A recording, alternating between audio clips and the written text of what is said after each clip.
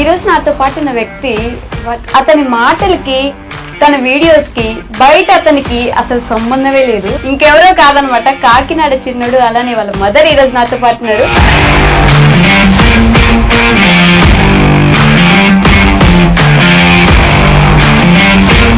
ఎలా ఉంటుంది అసలు ఒక చిన్న బాబుతో వీడియో చేయడం అని? ఇప్పుడు వాడిని ఏమైనా మూవీకి తీసుకెళ్లి డైరెక్టర్ గారి చేతిలో పెడితే ఆయన డైరెక్షన్ మర్చిపోతారనమాట.